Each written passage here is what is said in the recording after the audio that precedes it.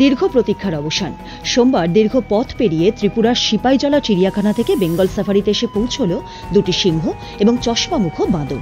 এদিন বেলা 1:10 নাগাদ সিংহ এবং অন্যান্য বন্যপ্রাণী নিয়ে বেঙ্গল সাফারি পার্কে এসে পৌঁছয় পার্কের কর্মীরা।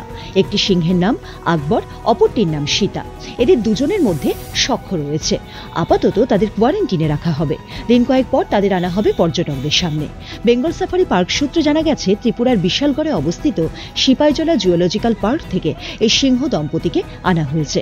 বেঙ্গল সাফারি পার্কে আসার আগে থেকে সখ্যতা রয়েছে আকবর ও সীতার। তাদের দুজনের একসঙ্গে থাকার অভ্যেসও রয়েছে। রয়্যাল বেঙ্গলের পর সিংহ প্রজননেও সফলতা আসবে বলে আশাবাদী বেঙ্গল সাফারি পার্ক কর্তৃপক্ষ।